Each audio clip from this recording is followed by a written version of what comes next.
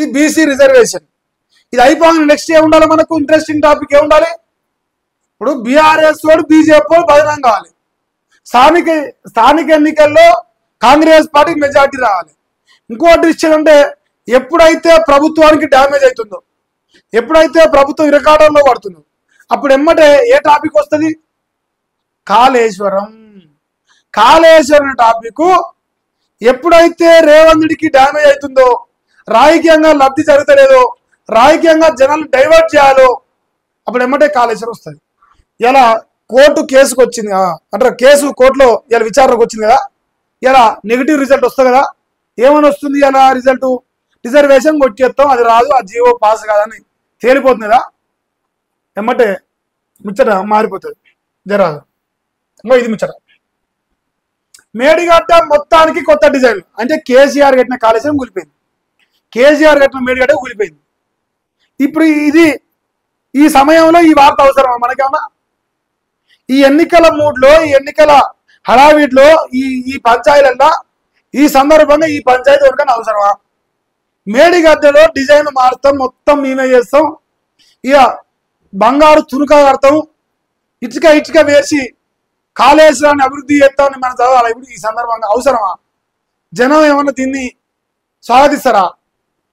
ఎందుకంటే జనం mind divert కావాలి.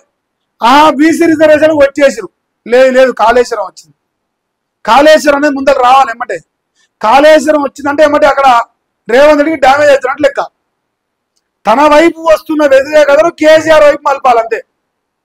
అందులో భాగంగా ఎంత నడుస్తా ఉంది చూడు. బ్యారేజీకి రిపేర్లో సవాళ్ళు వస్తున్నాయట. ఒక్క 7వ బ్లాక్కే రిపేర్లు చేస్తే మిగతా వాటిలో తేడాలు వచ్చే ప్రమాదం ఉంది. సీసీ బ్లాక్లు, రాఫ్ట్, లాంచింగ్, యాప్రాన్స్ సహా అన్నింటికీ కొత్తగా డిజైన్లు కావాలి. 7వ బ్లాక్ను కూల్చి కొత్తది కట్టాలన్నా, కూల్చకుండా రిపేర్లు చేయాలన్నా కష్టమే. అంటే కేసీఆర్ కట్టిన కాళేశ్వరం ఇంకా పనికి రాదు. ఏమైనా పుసుకుని పనికి వస్తే అది మా పుణ్యమే, పనికి రాకపోతే అది కాంగ్రెస్ వారి పుణ్యం కాదు. పనికి రాకపోతే కేసీఆర్, పనికి వస్తే రేవంత్ రెడ్డి. సో 7వ బ్లాక్ కూలగొట్టాలా, కూలగొట్టద్దా, కూలగొచ్చి కట్టాలా వద్దా, కట్టొచ్చా కట్టరాదా, ఎటువైనా కష్టమే.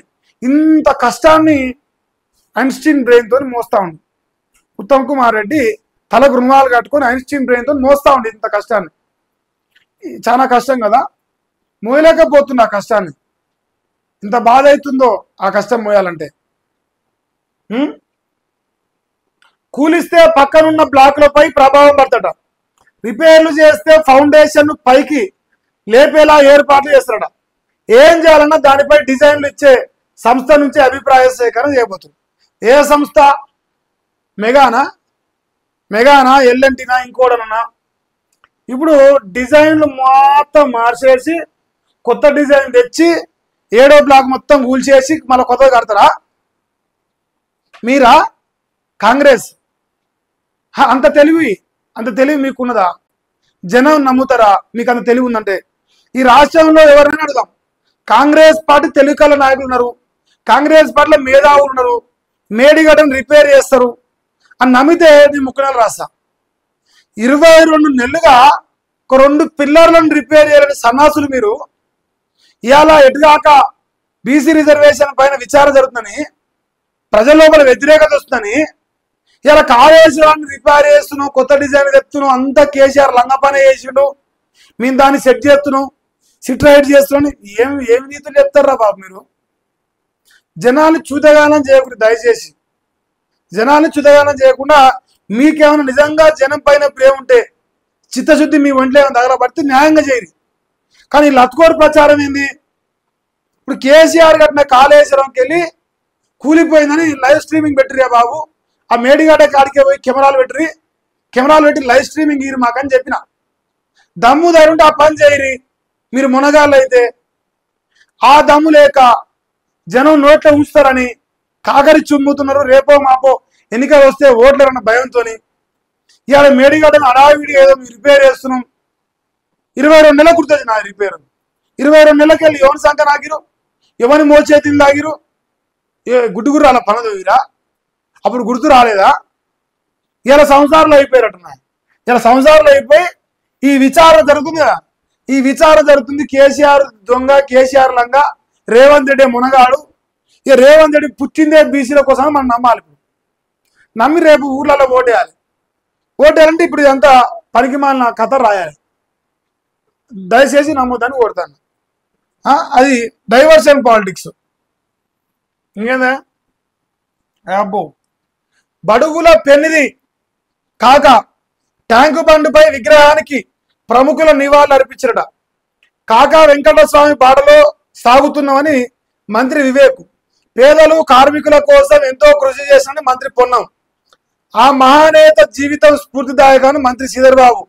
కాంగ్రెస్ కు అంకిత భావంతో పనిచేశారని మంత్రి వాకిటి శ్రీహరి. కొడుకు పెద్ద లంగా. ఎన్ని పాటలు మనలో లెక్కేలేదు కొడుకు, అది చెప్తలేడు. నీతి నిజాయితీకి కాకా నిలువుట అర్థమని పిసిచ్చి మహేష్ కుమార్ గౌడు. ఆయన సేవలు చిరస్మరణీయమని జానారెడ్డి. జనం గుండెల్లో నిలిచిపోని అంజన్ కుమార్ యాదవ్. ఏది ఉన్నా ముఖం ముందే చెప్పేసేవారని బండారు దత్తాత్రేయ.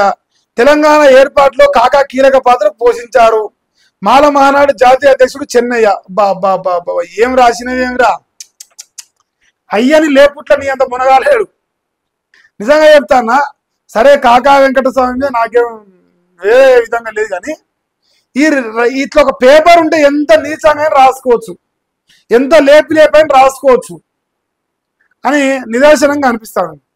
సో తన పైన తానే పొడుగు రాతలు రాసుకొని పొడుగు మునగానని చెప్పుకొని జనాల్ని చ్యుతగానం చేసే కార్యక్రమం చేస్తా ఉండు మన కాకా కుమారుడు వివేక్ వెంకటస్వామి.